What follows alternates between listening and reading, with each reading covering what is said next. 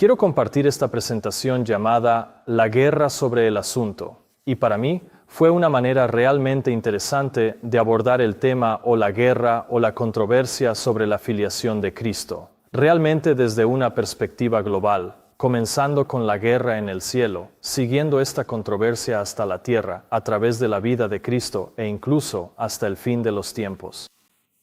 Así que comencemos con la guerra en el cielo.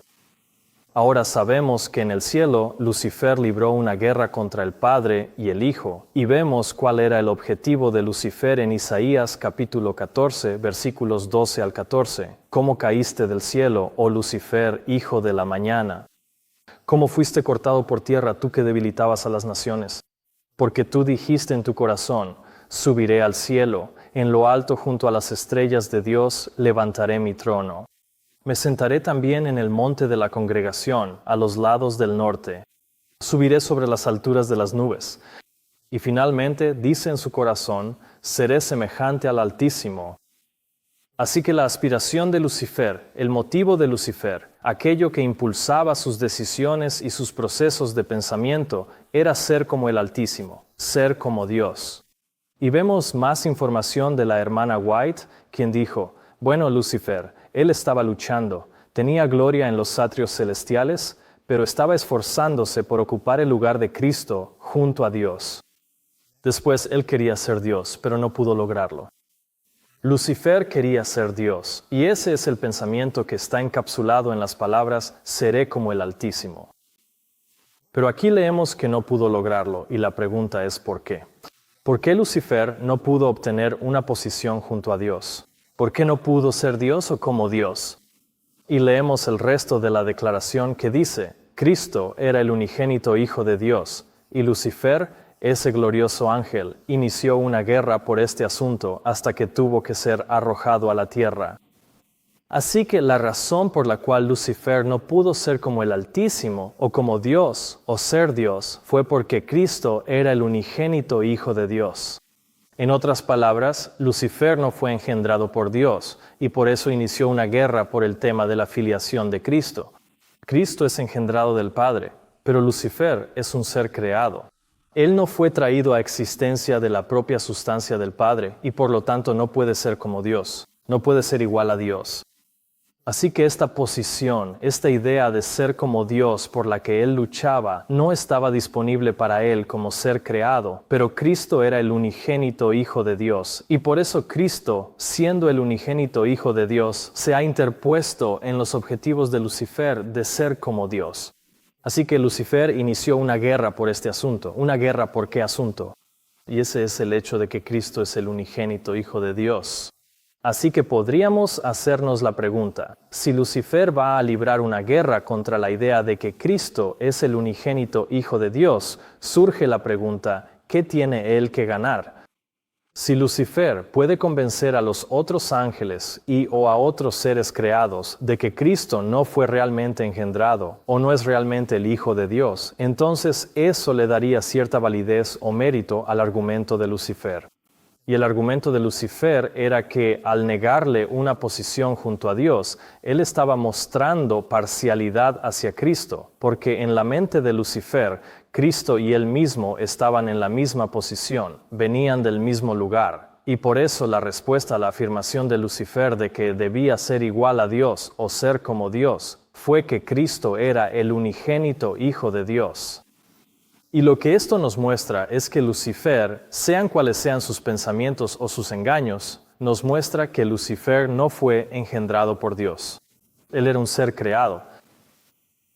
Así que, en resumen, Lucifer no podía obtener la divinidad. Él no podía obtener la posición de Dios porque era un ser creado y solo Cristo fue engendrado. Y desde entonces, Lucifer ha estado librando esta guerra contra la filiación de Cristo e intentando que otros se unan a esta guerra con él. Otra forma en que lo hace es tratando de hacernos creer que ser engendrado y ser creado significan lo mismo.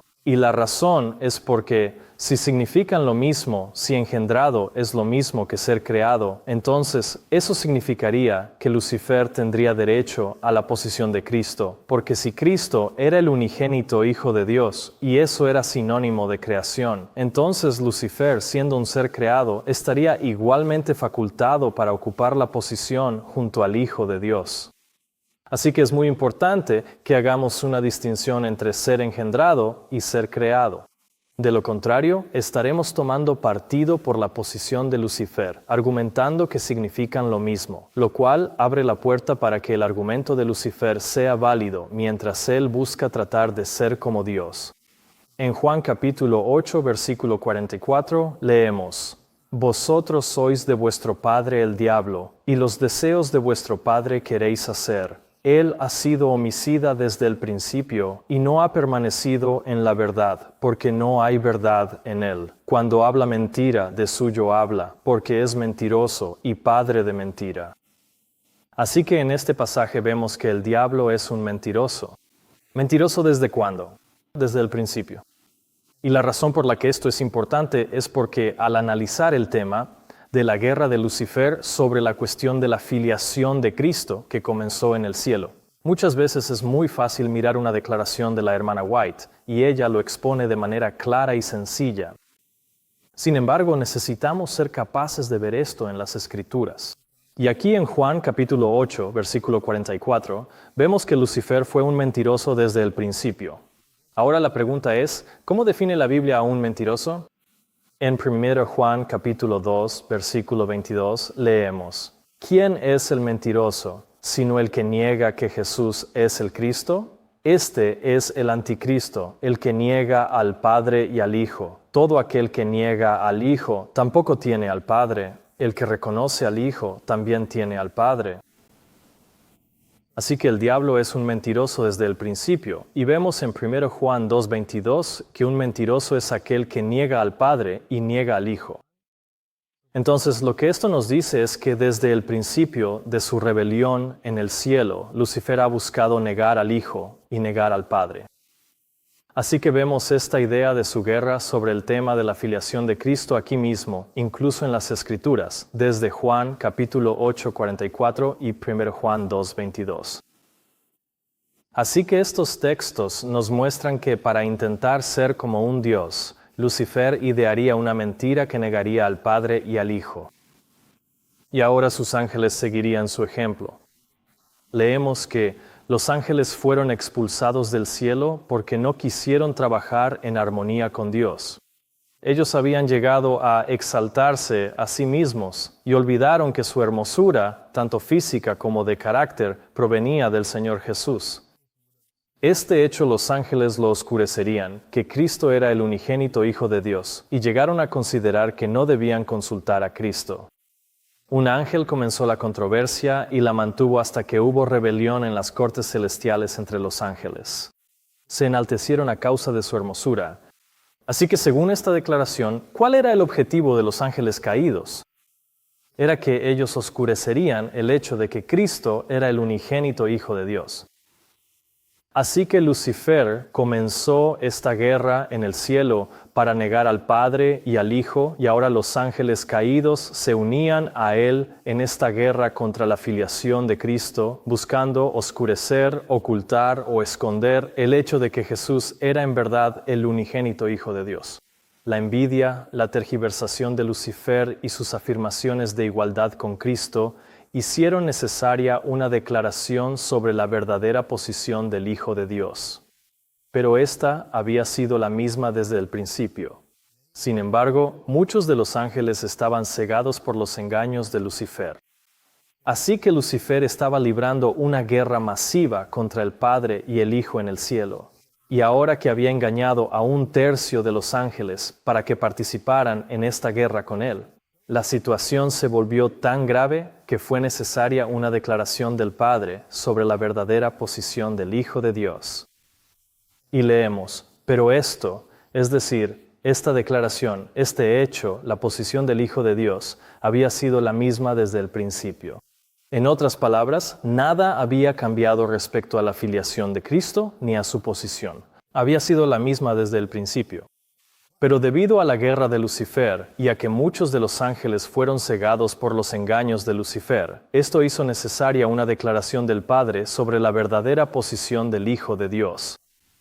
Entonces, ¿cómo manejó Dios esta controversia y este levantamiento de Lucifer y sus ángeles? Leemos: pero Lucifer, el ángel más glorioso después de Cristo, se consideró igual a Dios, y debido a su belleza y gloria, hizo el esfuerzo de estar junto a Dios, y así poder llevar a cabo los planes de Dios. Así que aquí tenemos la respuesta a la pregunta: ¿por qué Lucifer no pudo obtener el lugar de Cristo junto a Dios? Porque él, Lucifer, no era igual a Dios, pero Jesús sí lo era. ¿Por qué? Porque fue engendrado, fue traído a la existencia a partir de la sustancia del Padre. Sin embargo, Lucifer se consideró igual a Dios y basándose en esta valoración, pensó que debía estar junto a Dios. Así que piensen en esto por un momento. Si Lucifer quiere justificar su guerra contra Cristo y contra el Padre y obtener esa posición de Dios, ¿qué tiene que demostrar? Tiene que demostrar que es igual a Dios o coigual a Dios. Así que Lucifer decía que si él debía ser coigual con Dios, entonces podría llevar a cabo los planes de Dios. Pero leemos en el resto de la declaración: así, Lucifer reclamó la posición junto al Creador, pero Cristo era el unigénito Hijo de Dios. Así que aquí nuevamente vemos la misma razón por la cual Lucifer no podía reclamar esa posición, porque Cristo era el unigénito Hijo de Dios. Lucifer hizo guerra en el cielo. Así que aquí vemos de nuevo a Lucifer haciendo guerra por este asunto de que Cristo es el unigénito Hijo de Dios. Lucifer hizo guerra en el cielo y no quiso aceptar la posición que Dios le asignó. Por lo tanto, porque no quiso aceptar esa posición que era inferior a la de Dios, cayó de su alto estado y ha sido en el mundo un elemento beligerante contra los planes de Dios y ha tenido gran poder para atraer y engañar almas para arruinarlas. Ha habido dos partidos en el mundo, el verdadero y el falso. Por lo tanto, lo que significa que por pretender ser igual a Dios y por luchar contra la filiación de Cristo, Lucifer cayó del cielo. ¿Y a dónde cayó? Cayó al mundo. Y ahora, según esta declaración, Lucifer ha continuado la guerra en este mundo. Ha sido un elemento beligerante en el mundo. Así que esta guerra que comenzó en el cielo ahora se ha trasladado a la tierra y ahora Lucifer va a continuar librando esa misma guerra contra la filiación de Cristo en la tierra. Así que ahora veamos la guerra en la tierra y observemos cómo ha continuado librando esta guerra en nuestro planeta contra el Hijo de Dios. Leemos que el príncipe de los ángeles caídos condujo la guerra contra el unigénito Hijo de Dios. Ángeles malignos se aliaron con hombres malvados, y la tierra y el infierno unieron sus fuerzas contra él para vencerlo.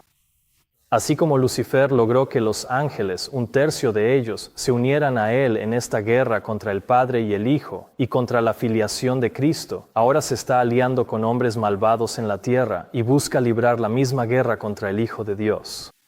Ahora veamos un principio subyacente que revela la idea principal o el engaño que el diablo usará para librar la guerra contra el Hijo de Dios.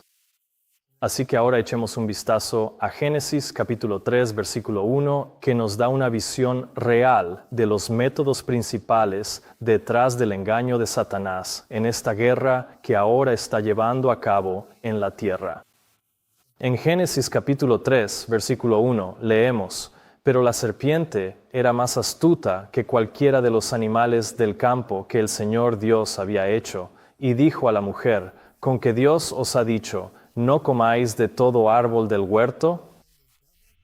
Así que cuando el diablo dijo, ¿con que Dios ha dicho?, lo que estaba haciendo era sembrar dudas sobre las palabras que Dios había pronunciado. Así que la estrategia aquí era sembrar duda en la mente de Eva, lo que la haría receptiva a recibir una comprensión alternativa o una visión diferente sobre lo que Dios había dicho, de modo que el diablo pudiera lograr que ella creyera que lo que Dios había dicho en realidad era contrario a lo que él quería decir. Y este es un principio que el diablo continuaría usando a lo largo del resto del tiempo para engañar al pueblo de Dios y librar guerra contra el Padre y el Hijo. Y leemos que la serpiente era más astuta que cualquier bestia del campo, y la palabra astuta significa ingeniosa o engañosa. Y esto simplemente muestra que el diablo iba a ser ingenioso y engañoso en la manera en que iba a engañar a Eva. Y esta es una estrategia, un engaño astuto y engañoso, que el diablo ha seguido usando a lo largo del tiempo en su guerra contra el Padre y el Hijo. En el capítulo 4 de Lucas leemos: «Y Jesús, lleno del Espíritu Santo, volvió del Jordán y fue llevado por el Espíritu al desierto, siendo tentado por el diablo durante 40 días. Y en aquellos días no comió nada. Y cuando terminaron, después tuvo hambre. Y el diablo le dijo: Si eres el Hijo de Dios, ordena a esta piedra que se convierta en pan. Y Jesús le respondió diciendo: Escrito está que no solo de pan vivirá el hombre, sino de toda palabra de Dios». Así que en este pasaje de Lucas capítulo 4, al decir, si eres el Hijo de Dios, el diablo está usando la misma estrategia que usó en el jardín del Edén, cuando le dijo a Eva, con que Dios os ha dicho. Él estaba tratando de introducir duda en su mente, y ahora aquí está usando la misma estrategia contra Cristo, tratando de sembrar duda en la mente de Cristo respecto a su filiación con el Padre. Así que el diablo está desafiando a Jesús para ver si creerá lo que Dios ha dicho y le tomará la palabra, o si aceptará el engaño y la ilusión satánica de que tal vez no sea realmente el Hijo de Dios, o que tal vez deba entender esa filiación de una manera diferente. Así que puedes ver cuán astuto y engañoso es el diablo, y cómo está usando la misma estrategia a lo largo del tiempo, incluso contra el propio Hijo de Dios. Aquí leemos que Satanás se halagaba a sí mismo, pensando que podría llevar a Cristo a dudar de las palabras pronunciadas desde el cielo en su bautismo, y si lograba tentarlo a cuestionar su filiación y dudar de la veracidad de las palabras pronunciadas por su Padre, obtendría una gran victoria. Entonces, ¿qué palabras estaba intentando Satanás que Jesús dudara? Por supuesto, las palabras pronunciadas desde el cielo en su bautismo. ¿Cuáles fueron esas palabras pronunciadas desde el cielo en su bautismo? Esas palabras están aquí mismo en el capítulo 3 de Lucas, versículos 21 al 22. Ahora bien, cuando todo el pueblo fue bautizado, sucedió que Jesús también fue bautizado, y mientras oraba, el cielo se abrió, y el Espíritu Santo descendió en forma corporal, como paloma sobre él, y vino una voz del cielo que decía: Tú eres mi Hijo amado, en ti tengo complacencia. Así que las palabras que Satanás estaba tratando de hacer que Jesús dudara fueron específicamente en su bautismo. Tú eres mi Hijo amado, en ti tengo complacencia. Esto fue Satanás intentando que Jesús cuestionara su filiación. Así que aquí, Satanás no pudo lograr que Jesús dudara de su condición de hijo, porque Jesús dijo: No solo de pan vivirá el hombre, sino de toda palabra que sale de la boca de Dios. Y en este caso, la palabra que había salido de la boca de Dios eran las palabras: Tú eres mi Hijo amado, en ti tengo complacencia. Así que, en lugar de cuestionar su filiación, Jesús eligió creer las palabras de su Padre y aceptar las palabras de su Padre tal como fueron pronunciadas. Y nosotros debemos hacer lo mismo, porque podemos ver cómo el diablo, si logra introducir, aunque sea un poco de duda, y hacernos cuestionar la filiación de Cristo, a qué cantidad de engaños nos expondríamos que nos alejarían de Cristo y de la verdad. Y además, leemos en el resto de esta declaración: y si pudiera lograr que él cuestionara su filiación y dudara de la veracidad de las palabras pronunciadas por su Padre, obtendría una gran victoria. Así que aquí, en este caso, Satanás no pudo obtener esa victoria sobre Cristo. Pero si hacemos una pregunta diferente, ¿ha logrado Satanás obtener esa victoria sobre los seguidores de Cristo? Y tristemente, al observar el mundo y las distintas denominaciones que existen, casi todas han caído en los engaños de Satanás, y Satanás ha obtenido la victoria sobre la gran mayoría de los cristianos en la tierra. Así que en este pasaje de Lucas capítulo 3, muchos pasan por alto el hecho de que cuando Jesús dijo que el hombre no vivirá solo de pan, sino de toda palabra de Dios, se estaba refiriendo específicamente a las palabras de Dios pronunciadas desde el cielo por su Padre, declarándolo como el unigénito Hijo de Dios. Así que Jesús estaba diciendo: no te escucharé a ti, Satanás. Creeré en las palabras que el Padre ha pronunciado desde el cielo, declarándome su Hijo. Leemos en El Espíritu de Profecía, tomo 2. Este es mi Hijo amado, en quien tengo complacencia. Las palabras de confirmación de que Cristo es el Hijo de Dios fueron dadas para inspirar fe en quienes presenciaron la escena y para sostener al Hijo de Dios en su ardua labor. A pesar de que el Hijo de Dios estaba revestido de humanidad, Jehová con su propia voz le asegura su filiación con el Eterno. En esta manifestación a su Hijo, Dios acepta a la humanidad como exaltada por la excelencia de su amado Hijo. En primer lugar, notarán en esta declaración que Jesús es llamado Hijo de Dios 7 veces. Vimos que el diablo intentaba hacer que Jesús dudara de su filiación divina. Así que en este pasaje vemos que las palabras de confirmación de que Cristo es el Hijo de Dios vinieron del propio Jehová con su propia voz. Si Dios mismo, con su propia voz, declara que Jesús es el Hijo de Dios, ¿qué excusa tiene alguien para no creer lo que Jehová ha dicho desde el cielo con su propia voz? No hay ninguna excusa. Y vemos aquí, en el bautismo de Jesús, que esta lucha sobre el tema de que Cristo es el unigénito Hijo de Dios vuelve a llegar a un punto crítico entre Cristo y Satanás, con Satanás incluso intentando que Jesús cuestione su propia filiación divina. Fracasó en obtener esa victoria, pero Lucifer continuaría librando esta guerra contra la idea de que Cristo es el unigénito Hijo de Dios, incluso hasta el siglo IV. En el año 325 d.C. tuvo lugar el Concilio de Nicea. En ese concilio, los obispos católicos se reunieron bajo Constantino para resolver una crisis sobre la cuestión de si Cristo tuvo o no un principio. Había un individuo llamado Arrio que había estado enseñando que Cristo fue engendrado por Dios y que, en consecuencia, Jesús tuvo un principio. Pero a los obispos católicos no les gustaba esta idea y se había convertido en una controversia tan grande en Roma que este concilio se convocó para intentar zanjar el asunto, para tratar de ponerle fin de una vez por todas y resolver la cuestión definitivamente. Y aquí leemos que el credo niceno fue adoptado para resolver la controversia arriana, cuyo líder, Arrio, un clérigo de Alejandría, se oponía a la aparente falta de cuidado de Alejandro al difuminar la distinción de naturaleza entre el Padre y el Hijo, debido a su énfasis en la generación eterna. Ahora bien, cuando hablamos de difuminar la distinción de naturaleza entre el Padre y el Hijo, esto es exactamente lo que hacía la teología católica al desdibujar la distinción o la individualidad del Padre y el Hijo y convertirlos más o menos en una sola entidad cohesionada. Así que Arrio se oponía a esta idea de difuminar la distinción. Él quería mantener la individualidad y la distinción separadas del Padre y el Hijo. Y en respuesta a la objeción de Arrio sobre este difuminado de la distinción de la naturaleza entre el Padre y el Hijo, Alejandro acusó a Arrio de negar la divinidad del Hijo y también de ser demasiado judío y griego en su pensamiento.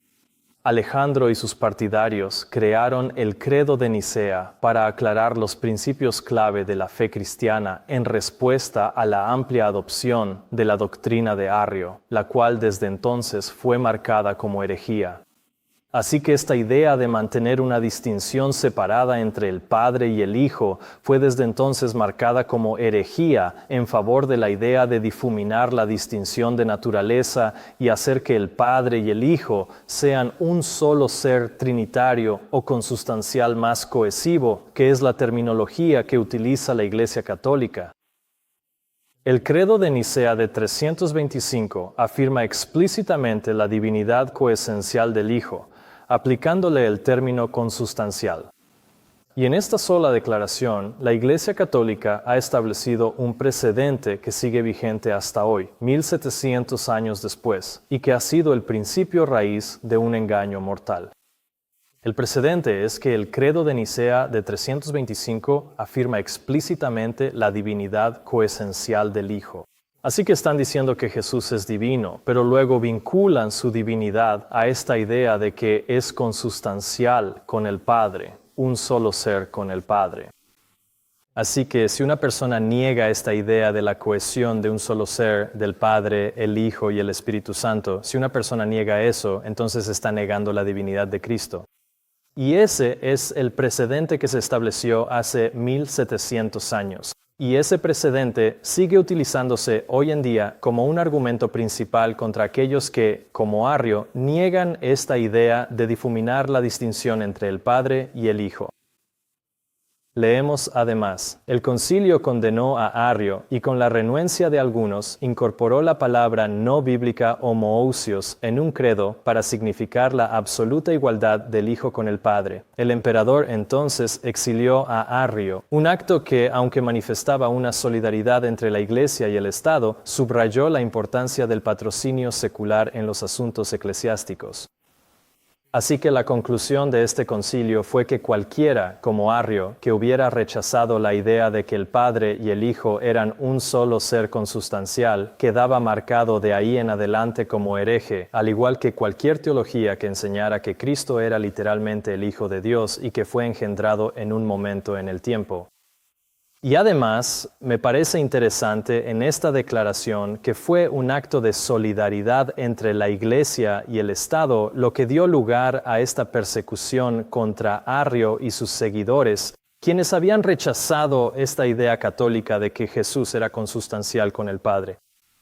Como resultado de esta persecución, Arrio fue desterrado y Constantino ordenó que se quemaran sus libros, y esto formaba parte del cumplimiento de la profecía de Daniel capítulo 7, de que los 3 cuernos serían arrancados de raíz.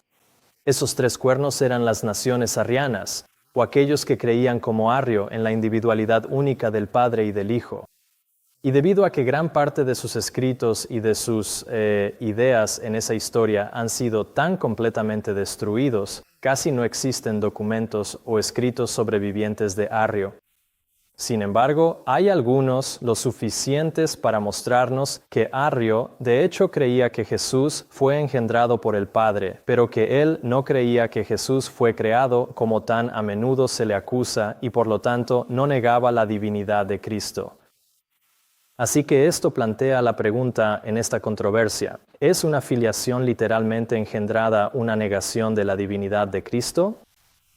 Leí una declaración muy interesante de los escritos de la hermana White que realmente responde a esta pregunta de manera muy sucinta. A las palabras del Salvador, ¿crees esto? Marta respondió, sí, Señor. Yo he creído que tú eres el Cristo, el Hijo de Dios, que has de venir al mundo. En estas palabras, Marta está reconociendo que ella creía que Jesús es el Hijo de Dios, pero además que Él era el Hijo de Dios que en tiempo futuro habría de venir al mundo. Así que lo que realmente está reconociendo aquí es la filiación preexistente de Cristo, y lo que quiero decir con eso es que está reconociendo que Jesús era el Hijo de Dios antes de nacer en la tierra. Así que filiación preexistente. Luego, las siguientes palabras de la hermana White son muy reveladoras. Ella dice, respecto a la confesión de Marta sobre la filiación preexistente de Cristo, que ella confesó su fe en su divinidad y su confianza en que Él era capaz de hacer todo lo que le placiera hacer. Así que aquí la hermana White nos está diciendo que reconocer que Jesús era el Hijo de Dios antes de venir al mundo es sinónimo de reconocer su divinidad. Así que la creencia de Marta de que Jesús era el Hijo de Dios era una confesión de su fe en su divinidad. Ahora, cuando miramos la Biblia, vemos en el libro de Génesis esta idea de que Dios creó seres vivientes y animales según su especie. Vemos esto en Génesis 1:24. Produzca la tierra seres vivientes según su especie, ganado, reptiles y bestias de la tierra según su especie. Y así fue. También en Génesis 1:21, y creó Dios los grandes monstruos marinos y todo ser viviente que se mueve, que las aguas produjeron abundantemente según su especie, y toda ave alada según su especie. Y dijo Dios, produzca la tierra hierba verde, hierba que dé semilla, y árbol de fruto que dé fruto según su especie. Génesis 1:11. Así que, a lo largo del relato de Génesis, vemos de manera consistente esta idea de que el hombre, los animales e incluso las plantas fueron creados según su especie. Así que todo en la tierra produce según su propia especie o naturaleza, y lo mismo ocurre con el Padre y el Hijo. Un Padre divino engendraría a un Hijo divino, y por lo tanto el Hijo tendría la misma naturaleza que el Padre. Y sabemos en Romanos capítulo 1, porque las cosas invisibles de Él, su eterno poder y deidad, se hacen claramente visibles desde la creación del mundo, siendo entendidas por medio de las cosas hechas, de modo que no tienen excusa. Y la palabra griega allí significa divinidad. Así que lo que se nos dice es que las cosas visibles desde la creación del mundo, como la manera en que el hombre, los animales y las plantas fueron creados según su propia especie, es para enseñarnos acerca del poder eterno y la divinidad de Dios sobre su naturaleza divina. Por lo tanto, un Padre divino, según el ejemplo establecido en la naturaleza, engendraría a un Hijo divino.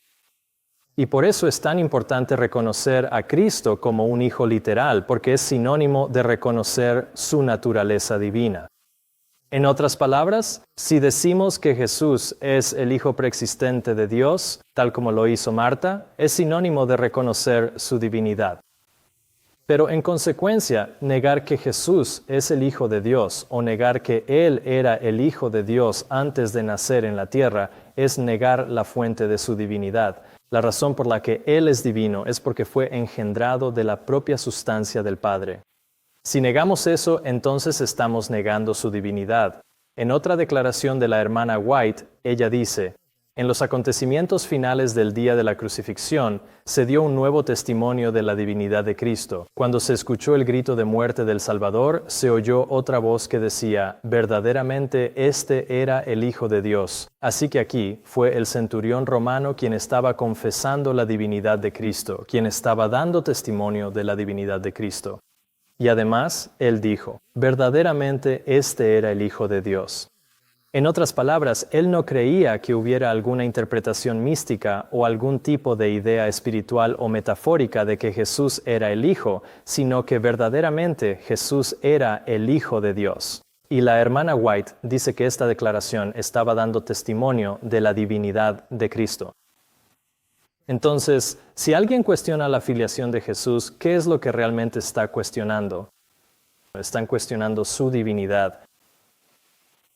En el deseado de todas las gentes, leemos, las rocas le habían conocido y se habían hecho pedazos ante su clamor. La naturaleza inanimada había conocido a Cristo y había dado testimonio de su divinidad, pero los sacerdotes y gobernantes de Israel no conocieron al Hijo de Dios. Así que, una vez más vemos que reconocer a Jesús como el Hijo de Dios es sinónimo y está relacionado con reconocer su divinidad. Por lo tanto, negar su filiación sería equivalente ¿a qué? Sería equivalente a negar su divinidad.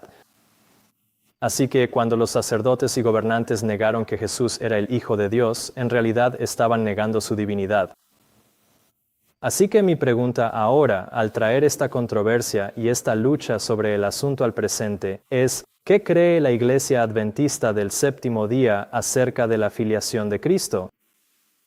En el sitio web de la Conferencia Adventista del Séptimo Día de Michigan, encontré esta declaración acerca de la divinidad de Cristo. Dice, los adventistas del Séptimo Día creen en la plena divinidad de Jesús. No pedimos disculpas por este hecho. Creemos que hay 3 miembros en la deidad. Ninguno fue creado ni traído a la existencia por otro. Así que, como pueden ver desde el principio, están reconociendo la controversia arriana. La idea de ser traído a la existencia por otro o por el Padre la niegan enfáticamente, lo cual ya vimos que era una negación de la divinidad de Cristo. Sin embargo, continúan, han existido lado a lado por siempre. Así que están diciendo que el Padre y el Hijo son coeternos y que el Hijo nunca tuvo un principio. Así que desde el principio están negando la filiación literalmente engendrada de Cristo. Dicen, la Biblia tiene muchos más versículos sobre el tema y ninguno sugiere otra interpretación que la mencionada arriba. Sin embargo, no citaron ningún versículo bíblico para respaldar eso. Sin embargo, muchos dentro de nuestra iglesia han comenzado a cuestionar esta creencia. Algunos incluso han llegado al extremo de retirar su membresía de sus iglesias locales y adorar en otro lugar. Otros trabajan desde dentro y buscan ganar miembros para su perspectiva sobre la Trinidad. Probablemente no haya otra creencia fundamental que haya causado más preguntas y confusión en los últimos días que el tema de la Trinidad y la naturaleza de Jesús. En esta declaración, la Iglesia Adventista del Séptimo Día está reconociendo que incluso hoy en día esta lucha sobre el asunto de que Cristo sea el Hijo de Dios es en gran medida una controversia actual, un tema vigente. Continúan diciendo en el sitio web: 3 personas coeternas e inmortales existen lado a lado y lo han hecho desde siempre. Si este es realmente el caso, ¿cómo reconciliamos el hecho de que Jesús es llamado el Hijo de Dios? Esta pregunta es algo con lo que la Iglesia cristiana ha luchado desde finales del año 200 de Cristo. Por esa época se enseñaba la creencia de que Jesús era un ser creado, lo que esencialmente negaba la divinidad de Cristo. Ahora, este es exactamente el mismo argumento que la Iglesia Católica estaba usando desde el año 325 de acusando a Arrio de creer que Jesús fue creado. Ahora bien, Arrio en realidad no creía que Jesús fue creado, pero eso era de lo que se le acusaba. Y en la mente católica, como pensaban que él creía que Jesús fue creado, entonces estaba negando la divinidad de Cristo. Y ese es ahora exactamente el mismo argumento que la Iglesia Adventista del Séptimo Día está usando, afirmando y utilizando aquí mismo en su sitio web. Ellos dicen: la Iglesia cristiana rechazó esa enseñanza oficialmente en el año 325 de Cristo. Pero, ¿qué iglesia fue la que rechazó esa enseñanza en el 325? Fue la Iglesia Católica, no la Iglesia Cristiana. Así que aquí puedes ver a la Iglesia Adventista del Séptimo Día llevando a la gente a pensar erróneamente que fueron los discípulos o los creyentes en Cristo quienes rechazaron esa enseñanza y no el anticristo. Sin embargo, en el sitio web continúan: aunque fue rechazada oficialmente, esta creencia ha resurgido dentro del adventismo. Bueno, la verdad es que esto fue la base de la creencia adventista en los primeros 50 años del movimiento. Esta enseñanza no fue oficialmente negada ni cambiada hasta 1980. Ha habido muchas variantes de la misma enseñanza que afirman que Jesús fue un ser creado y no divino de la misma manera que Dios, y eso es una mentira. Es el mismo falso argumento que la Iglesia Católica usó en el año 325 de acusando a quienes creen que Jesús era realmente el Hijo de Dios de creer que fue creado, cuando en realidad ese no es el caso en absoluto. Sin embargo, algunos dicen que Jesús fue creado en su nacimiento y hacen referencia a la frase de Juan 3:16, el unigénito Hijo, como prueba. Otros dicen que fue creado mucho antes de su encarnación, llegando incluso a afirmar que Jesús nació antes de nacer como un bebé en Belén. Cualquiera sea la variante de esta enseñanza, todas sostienen que Jesús fue creado y por lo tanto no es plenamente divino como Dios. Este es exactamente el mismo argumento que la Iglesia Católica Romana utilizó en el año 325 d.C. contra Arrio. Ellos, los católicos, los obispos, en su mente, creían que si Jesús tuvo un principio o llegó a existir en algún momento, eso significaría que fue creado. Y si fue creado, por supuesto, eso significa que no puede ser un ser divino. Así que, para preservar la divinidad de Jesús, dicen que Él no puede tener ningún punto de inicio en el tiempo, que no puede ser el Hijo literal de Dios. Por eso hacen que la aplicación bíblica de la palabra hijo sea metafórica o simbólica. Y este mismo argumento católico romano es la premisa subyacente del argumento que los adventistas del séptimo día siguen repitiendo hasta el día de hoy. Así que, para llegar a la raíz de lo que creen los adventistas del séptimo día, vayamos al Instituto de Investigación Bíblica, que ha sido encargado de mantener, defender y explicar la doctrina de los adventistas del séptimo día. El BRI dice lo siguiente: sin embargo, en el caso de la deidad, el Hijo procedió del Padre no como una emanación divina ni por nacimiento natural, sino para realizar una obra de creación y redención. Quinto, la imagen de Padre e Hijo no puede aplicarse literalmente a la relación divina de Padre e Hijo dentro de la deidad. El Hijo no es el Hijo natural ni literal del Padre. Un Hijo natural tiene un principio, mientras que dentro de la deidad el Hijo es eterno. El término Hijo se utiliza de manera metafórica cuando se aplica a la deidad. Transmite las ideas de distinción de personas dentro de la deidad y la igualdad de naturaleza en el contexto de una relación eterna y amorosa. Ellen White escribió: "El Señor Jesucristo, el Hijo Divino de Dios, existió desde la eternidad como una persona distinta, pero una con el Padre". Esta declaración resume el propósito principal de la metáfora. Así que la pregunta que estoy haciendo aquí es: ¿cree la Iglesia Adventista del Séptimo Día que Jesús es literalmente el Hijo de Dios? Y enfáticamente la respuesta es no. La relación padre-hijo en la deidad debe entenderse en un sentido metafórico, no en un sentido literal. Eso es según Max Hatton, un adventista del Séptimo Día, en su libro Comprendiendo la Trinidad. Así que, una vez más, vemos la idea de que los adventistas del Séptimo Día, particularmente en la Iglesia Adventista del Séptimo Día, no creen que Jesús sea literalmente el Hijo de Dios, sino que su filiación debe entenderse en un sentido metafórico o simbólico, pero no literal. En Signs of the Times de 1985 leemos: "Se infiere de las Escrituras que cuando la deidad trazó el plan de salvación en la eternidad pasada, asumieron ciertos roles para llevar a cabo las disposiciones del plan". Así que ahora no solo la relación padre-hijo es metafórica y no literal, sino que simplemente asumieron diferentes roles, el rol del padre o el rol del hijo.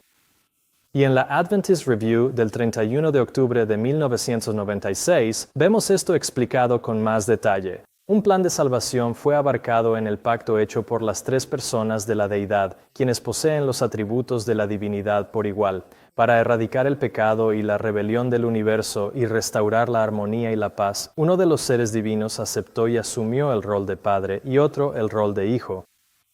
Así que aquí se presenta esta idea de que el Padre, el Hijo y el Espíritu Santo son tres seres divinos y que todos son iguales. No hay ninguna diferencia entre ellos, excepto que simplemente han asumido diferentes roles o títulos, uno llamado el Padre, otro el Hijo y otro el Espíritu Santo. De hecho, esta idea se lleva a otro extremo en la guía de estudio de la Biblia de la Escuela Sabática de 2008, donde se dijo: "Imagina una situación en la que el ser que hemos llegado a conocer como Dios el Padre viniera a morir por nosotros, y el que hemos llegado a conocer como Jesús se quedara en el cielo. Nada habría cambiado, excepto que estaríamos llamando a cada uno por el nombre que ahora usamos para el otro". Y una vez más, el Instituto de Investigación Bíblica dijo en 1999, la filiación de Jesús, sin embargo, no es ontológica, es decir, no tiene que ver con los orígenes, sino funcional. En el plan de salvación, cada miembro de la Trinidad ha aceptado un papel particular. Así que, nuevamente, esto proviene del Instituto de Investigación Bíblica.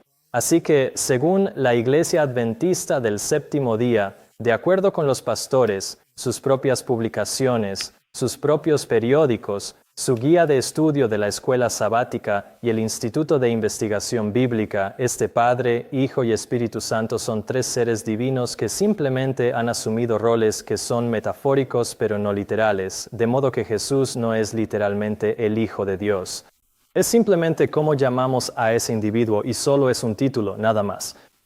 Existe una iglesia global que ha construido su fundamento sobre la premisa falsa de que Jesús era de alguna manera inferior a su Padre en el sentido de que fue creado. No son los únicos que sostienen la idea de que Jesús fue creado. Esta era la creencia principal de la Iglesia Adventista del Séptimo Día en sus inicios, con la notable excepción de Elena G. de White, quien provenía de un trasfondo metodista que creía en la Trinidad, y W. W. Prescott, quien escribió la famosa frase que terminó en "el deseado de todas las gentes". En Cristo hay vida original, no prestada, no derivada. Así que en esta declaración, la publicación Adventist Today está diciendo que la Iglesia Adventista del Séptimo Día al principio creía que Jesús fue creado, por supuesto con la excepción de Elena White. ¿Pero es eso cierto? Ahora es realmente interesante que Adventist Today haga tal acusación diciendo que la Iglesia Adventista del Séptimo Día al principio creía que Jesús fue creado. A menudo esta era una acusación que se hacía contra los Adventistas del Séptimo Día, repitiendo nuevamente el mismo argumento que se hizo en el año 325 después de Cristo por los obispos católicos romanos, diciendo que si creían que Jesús era literalmente el Hijo engendrado de Dios, entonces Él fue creado y por lo tanto estaban negando su divinidad. Y al ser no trinitarios, al principio, la Iglesia Adventista del Séptimo Día recibía frecuentemente tales acusaciones diciendo que creían que Jesús fue creado. Así que, en respuesta, W.H. Littlejohn, un adventista del Séptimo Día, responde a tal acusación diciendo lo siguiente: está usted equivocado al suponer que los adventistas del Séptimo Día enseñan que Cristo fue alguna vez creado. Por el contrario, ellos creen que Él fue engendrado por el Padre y que puede ser propiamente llamado Dios y adorado como tal. También creen que los mundos y todo lo que existe fue creado por Cristo en conjunto con el Padre. Sin embargo, creen que en algún momento de las edades eternas del pasado hubo un punto en el que Cristo llegó a existir. Piensan que es necesario que Dios haya existido antes que Cristo, es decir, que haya precedido a Cristo en su ser, para que Cristo pudiera haber sido engendrado por Él y mantener con Él la relación de hijo. Sostienen la personalidad distinta del Padre y del Hijo, rechazando como absurda esa característica del trinitarismo que insiste en que Dios, Cristo y el Espíritu Santo son tres personas y sin embargo una sola persona. Así que lo que se está diciendo aquí en 1883 es que los adventistas del Séptimo Día no creen que Jesús fue creado. Ahora bien, esto es contrario al artículo de Adventist Today que acabamos de leer. Así que aquí en 1883 leemos que los adventistas del Séptimo Día, por el contrario, creen que Jesús fue engendrado por el Padre. Y lo que eso significa se explica aquí mismo, que en algún momento de las edades eternas del pasado, mucho antes de que la tierra fuera creada, hubo un punto en el que Cristo llegó a existir. Y la comprensión de los adventistas del Séptimo Día era que esto era necesario para que el Hijo fuera engendrado por el Padre y mantuviera con Él la relación de hijo.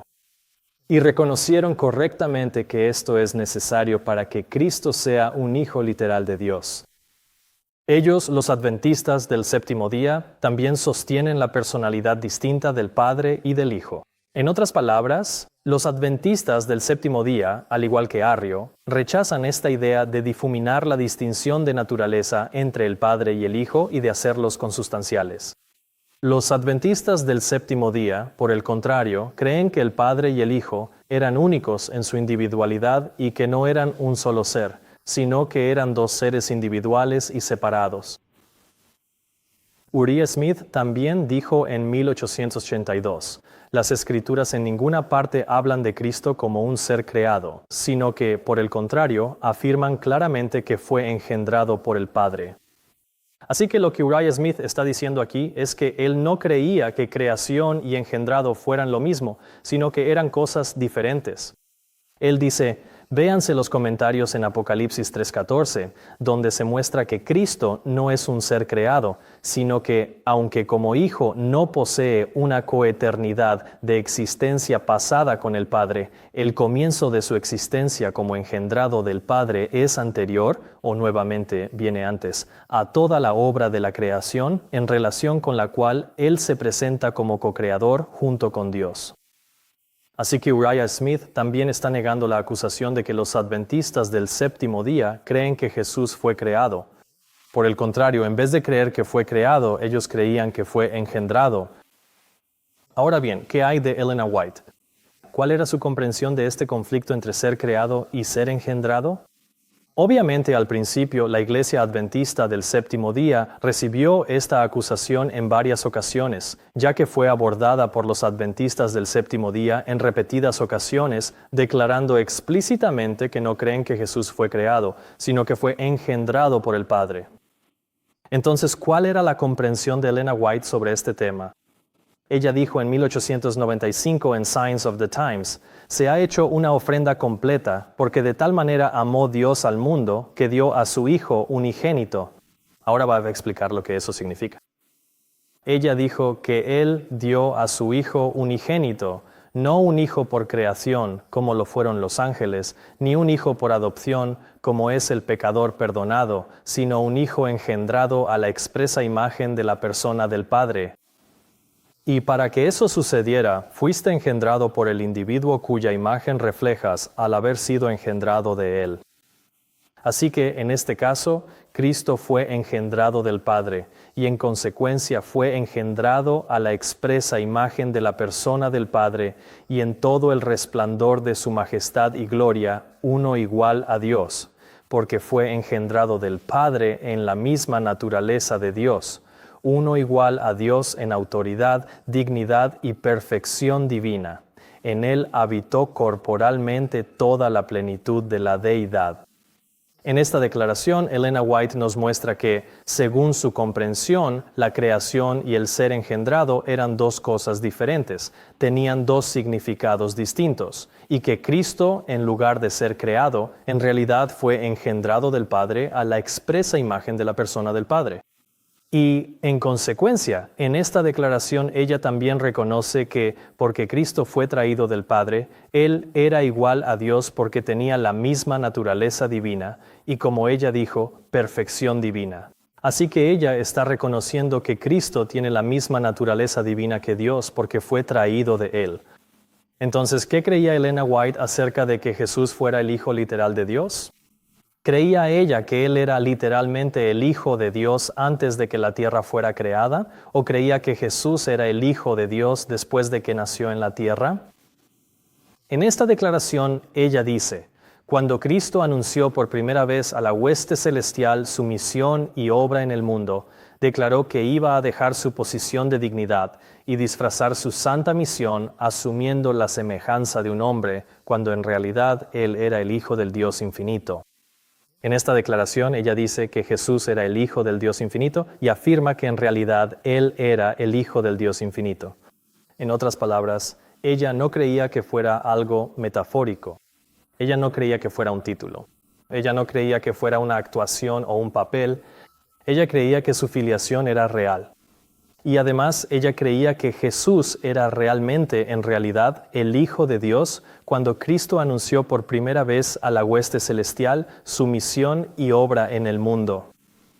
En otras palabras, antes de que Jesús viniera a la tierra, Elena de White creía que Él era en realidad el Hijo del Dios infinito. Además, ella dice, Cristo es la estrella que debía surgir de Jacob, y aquel en quien todas las naciones de la tierra serían bendecidas, como el primogénito del cielo y el unigénito del Padre, lleno de todos los tesoros de la eternidad. Así que aquí la frase el primogénito del cielo y el unigénito del Padre se usan de manera intercambiable para describir el mismo acontecimiento.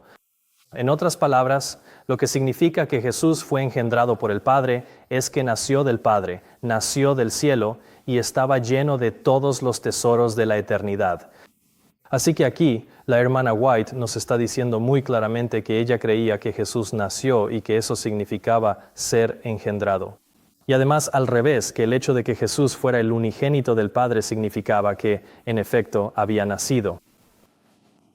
Ella también dice en El deseado de todas las gentes, Cristo deseaba que todos conocieran su relación con su Padre. Padre, dijo, te doy gracias porque me has oído y yo sabía que siempre me oyes, pero lo dije por causa de la gente que está alrededor para que crean que tú me has enviado. Aquí a los discípulos y al pueblo se les iba a dar la evidencia más convincente respecto a la relación entre Cristo y Dios. Se les iba a mostrar que la afirmación de Cristo no era un engaño. Así que, en otras palabras, una vez más, su filiación era real y no era un engaño. Ella dice, la Biblia para mí es la voz de Dios. Tengo el testimonio en mí misma de que la palabra de Dios es verdadera y que Jesucristo es el Hijo divino de Dios. No estoy siguiendo una fábula ingeniosamente inventada. ¿Y qué es una fábula? Es algo que es metafórico, algo que es alegórico, algo que es simbólico. Así que cuando la hermana White dice que Jesucristo es el Hijo Divino de Dios y que no está siguiendo una fábula ingeniosamente inventada, está diciendo que cree que Jesucristo es el Hijo de Dios en realidad y que no es algo metafórico. Entonces, ¿qué cree hoy la Iglesia Adventista del Séptimo Día acerca del engendramiento de Cristo, sobre la palabra engendrado, sobre este concepto de que Él fue traído del Padre?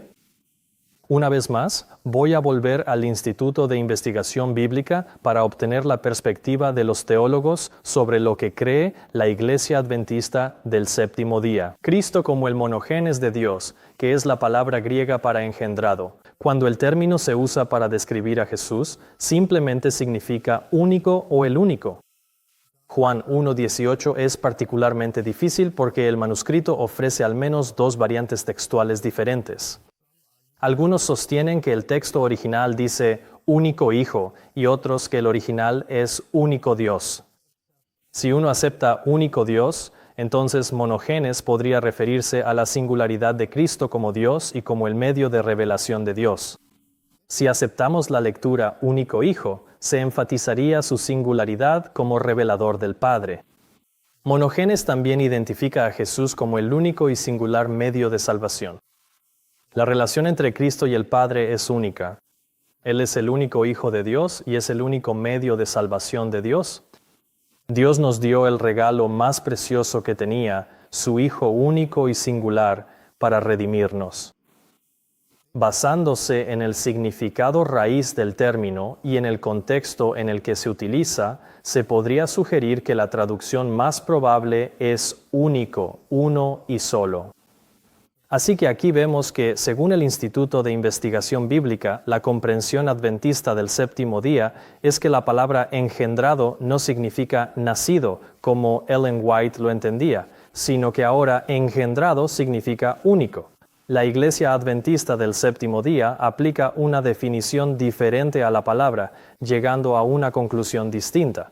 Una conclusión es que la hermana White creía que engendrado significaba nacido, y por lo tanto Jesús era literalmente el unigénito Hijo de Dios. Pero aquí, la Iglesia Adventista del Séptimo Día está diciendo que el término monogenes, la palabra griega para engendrado, significa único, y por lo tanto Jesús no es realmente el Hijo de Dios, sino el Hijo único de Dios. Ahora bien, ¿qué dice Proverbios 8, 22, 26? Leemos en Proverbios capítulo 8. El Señor me poseía en el principio de su camino, antes de sus obras de antaño. Fui establecida desde la eternidad, desde el principio, antes que la tierra existiera. No había aún abismos cuando fui engendrada, ni manantiales abundantes en aguas. Antes que fueran asentadas las montañas, antes que los collados, fui engendrada. Aún no había hecho la tierra, ni los campos, ni el principio del polvo del mundo. Aquí vemos en Proverbios capítulo 8 a Jesús hablando de sí mismo, diciendo, no había aún abismos cuando fui engendrado, ni manantiales abundantes en aguas. Antes que fueran asentadas las montañas, antes que los collados, fui engendrado. Así que antes de que existiera la tierra, antes de que la tierra fuera creada, Jesús está diciendo, fui engendrado. Ahora, según el versículo 1 de Proverbios capítulo 8, leemos, ¿no clama la sabiduría y da su voz la inteligencia? Y en el versículo 12 leemos, yo, la sabiduría, habito con la prudencia y hallo el conocimiento de los consejos. Así que en Proverbios capítulo 8, es la sabiduría la que está hablando y diciendo, fui engendrada, pero la sabiduría es un símbolo de Jesús, y vemos esto en 1 Corintios 1:24. Mas para los llamados, así judíos como griegos, Cristo es poder de Dios y sabiduría de Dios. Y también vemos esto en el versículo 30. Mas por Él estáis vosotros en Cristo Jesús, el cual nos ha sido hecho por Dios sabiduría, justificación, santificación y redención. Así que Jesucristo nos ha sido hecho sabiduría. Por lo tanto, en Proverbios capítulo 8 es Jesús quien habla de sí mismo cuando dice, fui engendrado antes de que la tierra fuera creada. Además, la hermana White nos lo confirma. En Patriarcas y Profetas, página 34, leemos, y el Hijo de Dios declara acerca de sí mismo, Jehová me poseía en el principio de su camino, antes de sus obras de antaño. Fui establecido desde la eternidad. Cuando Él estableció los cimientos de la tierra, entonces yo estaba junto a Él como un artífice, y era cada día su delicia, alegrándome siempre delante de Él. Así que Proverbios capítulo 8 es el Hijo de Dios hablando acerca de sí mismo cuando dijo: «Cuando no había abismos fui engendrado, y antes que se asentaran los montes y antes que las colinas fui yo engendrado». Y por supuesto sabemos que fue engendrado del Padre. Como Jesús dijo en Juan capítulo 8 versículo 42, «Porque yo he salido y vengo de Dios». Ahora, cuando miramos Juan capítulo 3 versículo 16, el versículo más conocido de toda la Biblia, porque de tal manera amó Dios al mundo que ha dado a su Hijo unigénito, para que todo aquel que en Él cree no se pierda, mas tenga vida eterna. Así que mi preocupación aquí es que la Iglesia Adventista del Séptimo Día no puede tomar la Biblia tal como está escrita, especialmente Juan 3:16. No pueden creer que Jesús es engendrado porque no creen que engendrado signifique traído a existencia. Ellos creen que significa único y no pueden creer que Jesús sea realmente el Hijo de Dios, porque la palabra hijo debe entenderse en un sentido metafórico y no literal. Así que cuando se trata de la enseñanza más básica y fundamental de todo el cristianismo, que Dios amó tanto al mundo que dio a su Hijo unigénito, aquellos que creen que engendrado significa único y que hijo es metafórico, no creen en Juan 3:16. No pueden creerlo porque su teología les prohíbe creerlo. ¿Recuerdas en el jardín del Edén, en el capítulo 3 de Génesis, cuando la serpiente, que es sutil, astuta y engañosa, se acercó a Eva y le dijo: «¿Con que Dios os ha dicho?». Estaba implantando duda en la mente de Eva para poder insertar en su comprensión una interpretación diferente de lo que Dios había dicho. Y no es eso exactamente lo que está ocurriendo aquí con Juan 3:16 y esta teología trinitaria que reinterpreta el significado de las palabras y sugiere que tal vez Dios no quiso decir lo que dijo, sino que quiso decir otra cosa. Ese es el fundamento subyacente que Satanás ha estado utilizando en esta guerra sobre la cuestión de la filiación de Cristo desde el principio de esta guerra en el cielo. Ahora, recuerda cómo la serpiente actuó con Jesús en el desierto de la misma manera, tratando de implantar en la mente de Jesús la duda sobre su filiación. Y ahora, cuando lees Juan 3:16, ¿cómo lo lees? ¿Crees que Jesús era el Hijo de Dios tal como lo dice, como el Padre había hablado desde el cielo con su propia voz, asegurando a Cristo de su filiación con el Eterno, diciendo: «Este es mi Hijo amado en quien tengo complacencia»? ¿O crees que Jesús no es realmente un hijo, que esto es solo un papel metafórico, una especie de teatralidad que se está representando? Esta es una interpretación absurda y es una doctrina de demonios. En el conflicto de los siglos se nos advierte sobre métodos como este y se le llama misticismo. Ahora, en el conflicto de los siglos leemos: «Las verdades más claramente reveladas en la Biblia han sido envueltas en duda y oscuridad por hombres eruditos que con pretensión de gran sabiduría enseñan que las Escrituras tienen un significado místico, un significado espiritual secreto que no es aparente en el lenguaje empleado». Ahora observa esta declaración porque esto nos define lo que es el misticismo. Consiste en tomar un significado espiritual secreto que no es aparente en el lenguaje empleado y aplicarlo a la palabra. Y eso es exactamente lo que ha sucedido con la palabra hijo y con la palabra engendrado. Estamos tomando otro significado espiritual secreto y aplicándolo a la palabra engendrado para que ya no signifique traído a existencia, y aplicándolo a la palabra hijo para que hijo ya no signifique un hijo literal, sino que signifique un hijo metafórico. La hermana White dice: «Estos hombres son falsos maestros». Fue a una clase como esta a la que Jesús declaró: «No conocéis las Escrituras ni el poder de Dios». El lenguaje de la Biblia debe explicarse según su significado evidente, a menos que se emplee un símbolo o una figura. Cristo ha dado la promesa de que si alguno quiere hacer su voluntad, conocerá la doctrina. Si los hombres tomaran la Biblia tal como está escrita, si no hubiera falsos maestros para engañar y confundir sus mentes, se realizaría una obra que haría felices a los ángeles y que traería al redil de Cristo a miles y miles que ahora andan errantes en el error. En resumen, la hermana White nos está diciendo y advirtiendo que aquellos que aplican significados místicos, secretos, espirituales, metafóricos o simbólicos a cosas que se entienden como literales, esos hombres son falsos maestros. Ellos están practicando el misticismo. Y algo interesante sobre el misticismo es que consiste en aplicar un significado espiritual secreto a algo que debe entenderse literalmente, como en este caso la filiación engendrada de Cristo. Y esta premisa del misticismo, de aplicar a las palabras un significado diferente al que expresan, es precisamente la misma premisa que el diablo usó en el jardín del Edén cuando engañó a Eva, tratando de introducir duda en su mente, para que posiblemente aplicara una interpretación o un entendimiento diferente a lo que Dios había dicho, con el fin de desviarla de la verdad. Y hay otra palabra que usamos a menudo cuando alguien toma un significado espiritual y lo aplica a algo que se supone debe entenderse literalmente, y esa palabra es espiritualismo. Espiritualizar algo que era literal o hacer que aquello que es literal se entienda en un sentido espiritual, de modo que ya no sea literal. Cuando se trata del espiritualismo, hay una advertencia solemne sobre la filiación de Cristo y el espiritualismo. Leemos en Patriarcas y Profetas que el espiritualismo moderno, basado en el mismo fundamento, no es más que un resurgimiento de la adoración de demonios que Dios condenó y prohibió en la antigüedad.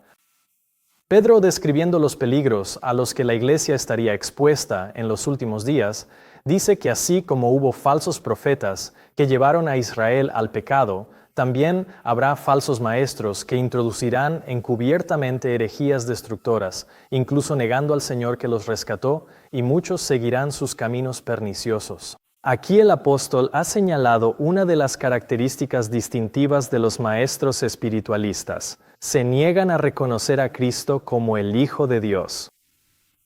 En cuanto a tales maestros, el amado Juan declara: ¿quién es mentiroso sino aquel que niega que Jesús es el Cristo? Él es el anticristo, el que niega al Padre y al Hijo.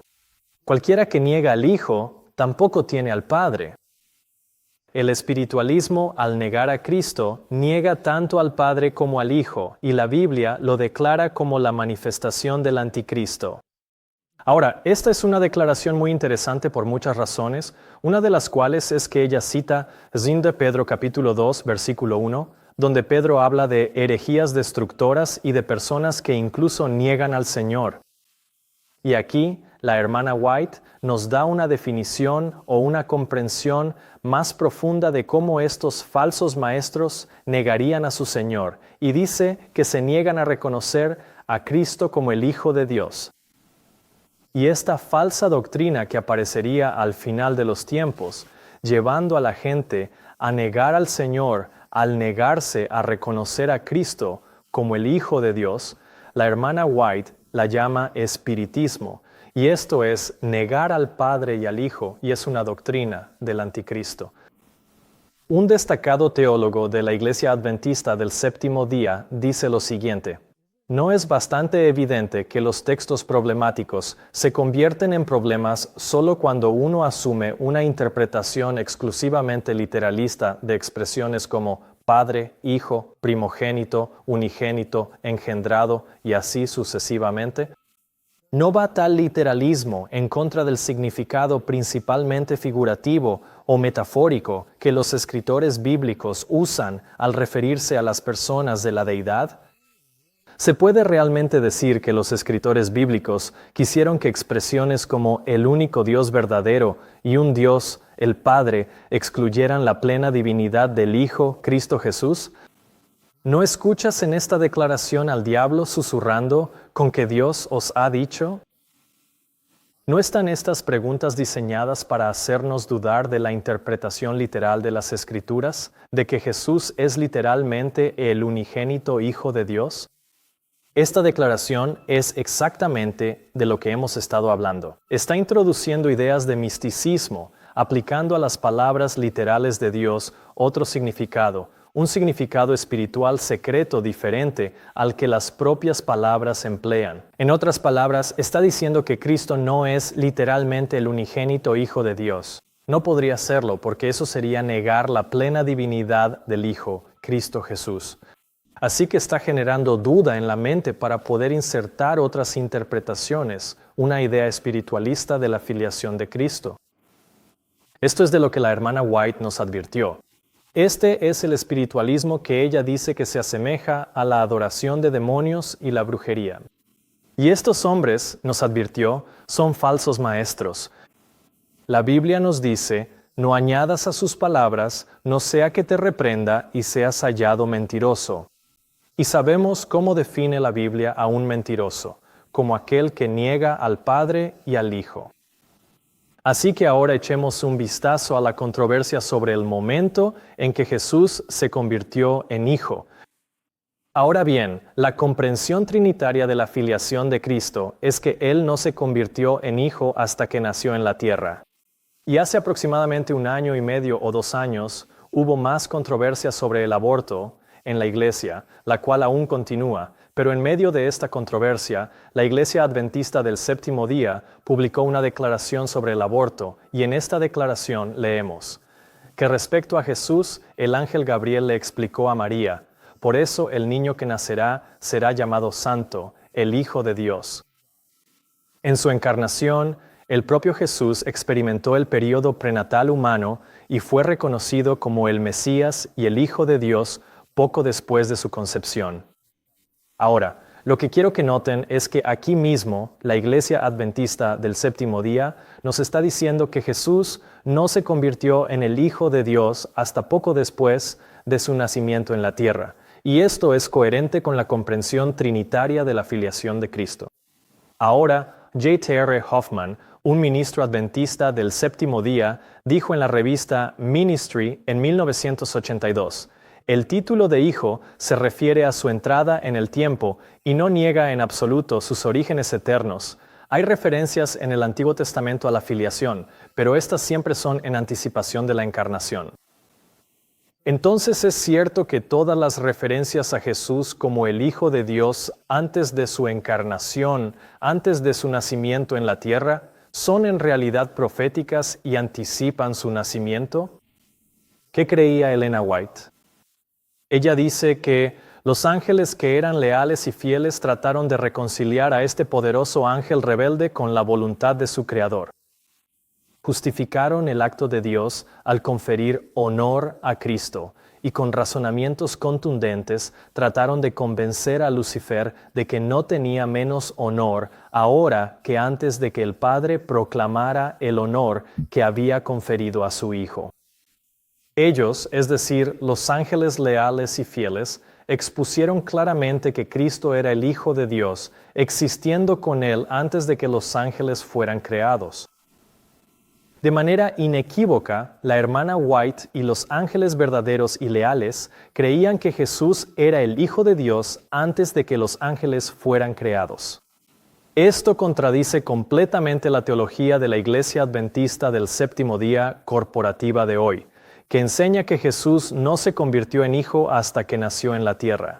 Pero claramente, los ángeles leales y fieles durante esta guerra que comenzó en el cielo, antes de que la tierra fuera creada, estaban tratando de convencer a Lucifer de que incluso antes de que ellos, los ángeles, fueran creados, Jesucristo era el Hijo de Dios. Y recuerden que al principio analizamos esta guerra que tuvo lugar en el cielo y cómo esta guerra sobre el tema de que Cristo era el unigénito Hijo de Dios comenzó en el cielo y cómo Lucifer engañó a 1/3 de los ángeles y los llevó a participar en esta guerra al oscurecer el hecho de que Jesucristo era el unigénito Hijo de Dios. Y recuerden que debido a esta guerra fue necesario hacer una declaración sobre la verdadera posición del Hijo de Dios. Y ahora quiero analizar esa declaración. quiero analizar lo que Dios el Padre dijo a todo el universo, a todos los seres creados en presencia de su Hijo respecto a la verdadera posición de su Hijo. Y leemos esta declaración en Patriarcas y Profetas, capítulo 1, que está en la página 36. El Rey del universo convocó a las huestes celestiales ante sí, para que en su presencia pudiera exponer la verdadera posición de su Hijo y mostrar la relación que Él mantenía con todos los seres creados. Miren, Dios sabía que Lucifer estaba engañando a los ángeles y no quería que ellos fueran desviados. Y aunque la veracidad de la verdadera posición del Hijo de Dios no había cambiado porque era la misma desde el principio, Dios quiso reiterar y hacer una declaración firme respecto a la filiación de Cristo ante todos los ejércitos celestiales para que ninguno de sus seres creados fuera engañado por las artimañas de Satanás. La hermana White continúa: el Hijo de Dios compartía el trono del Padre y la gloria del Eterno, el que existe por sí mismo, rodeaba a ambos. En otras palabras, no tres dioses, sino el Padre y el Hijo de Dios. Alrededor del trono se reunían los santos ángeles, una vasta multitud innumerable, 10,000 veces 10,000 y miles de miles, los ángeles más exaltados como ministros y súbditos, regocijándose en la luz que caía sobre ellos desde la presencia de la Deidad. Ante los habitantes reunidos del cielo, el Rey declaró que nadie excepto Cristo, el unigénito de Dios, podía comprender plenamente sus propósitos, y a Él se le encomendó ejecutar los poderosos consejos de su voluntad. El Hijo de Dios había cumplido la voluntad del Padre en la creación de todas las huestes celestiales, y a Él, así como a Dios, les debían homenaje y lealtad. Cristo aún debía ejercer poder divino en la creación de la tierra y sus habitantes. Pero en todo esto, Él no buscaría poder ni exaltación para sí mismo en contra del plan de Dios, sino que exaltaría la gloria del Padre y ejecutaría sus propósitos de benevolencia y amor. Aquí, en Patriarcas y Profetas capítulo 1, vemos que Dios estableció la verdadera posición de su Hijo ante todas las huestes celestiales y declaró a Jesús como el unigénito de Dios. En otras palabras, para que nadie fuera engañado, para que ninguno de los ángeles fuera engañado, el Padre habló con su propia voz a toda su creación, diciendo que Jesús era el unigénito de Dios. Y sabemos que esto fue mucho antes de la creación del mundo, porque leemos que Jesús aún, en el futuro, debía ejercer poder divino en la creación de la tierra y sus habitantes. Así que incluso antes de que la tierra fuera creada, el Padre declaró que Jesús era el unigénito de Dios, y esa es la verdadera posición de su Hijo. Esta declaración en Patriarcas y Profetas, capítulo 1, es para el pueblo de Dios hoy en día. Como dice la hermana White, recuerden este hecho: los ángeles tratarían de oscurecer que Cristo era el unigénito Hijo de Dios, y esta verdad, pronunciada por los labios del Padre, es la que los ángeles caídos, hasta el día de hoy, siguen intentando oscurecer y se están aliando con hombres malvados y con todos los poderes de la tierra y el infierno para luchar contra esta verdad de que Jesús es literalmente el unigénito Hijo de Dios. Ahora bien, aquí hay tres formas principales en las que el enemigo está tratando de librar esta guerra en la tierra. Una es diciendo que Jesús no es realmente un hijo, que es solo un título o simplemente una metáfora. Recuerden, esto es misticismo, aplicar un significado espiritual secreto a una palabra que la propia palabra no emplea. Eso es misticismo y quienes enseñan estas cosas son falsos maestros. En segundo lugar, otra manera en la que los ángeles están tratando de oscurecer el hecho de que Jesús es el unigénito Hijo de Dios es diciendo que Jesús en realidad no fue engendrado y que la palabra engendrado solo significa único. En tercer lugar, se plantea que todas las referencias a su filiación son en anticipación a su encarnación y por lo tanto eliminan cualquier posibilidad de que Jesús sea el Hijo de Dios antes de su nacimiento en la tierra. Estas son tres formas principales en las que el diablo está tratando de engañar al pueblo de Dios y desviarlos. Estas ideas, estos principios, nuevamente, son similares al espiritismo moderno, a la adoración de demonios y la brujería, y son doctrinas de demonios con las que no deberíamos tener nada que ver.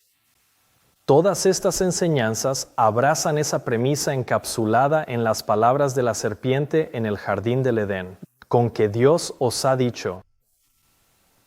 Cuando el diablo puede implantar esa duda en nuestras mentes, entonces puede introducir otra interpretación para que ya no tomemos la palabra de Dios tal como está escrita, sino que le atribuyamos un significado espiritual secreto que no es evidente en el lenguaje empleado.